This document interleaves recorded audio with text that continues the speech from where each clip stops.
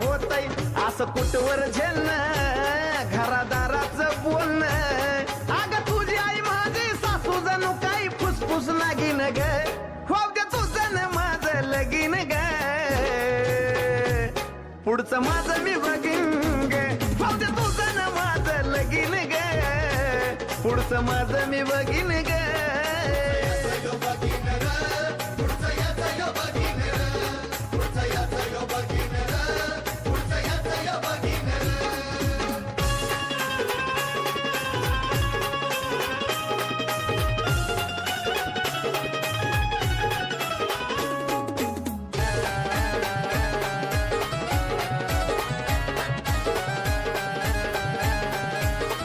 भिऊ नको तू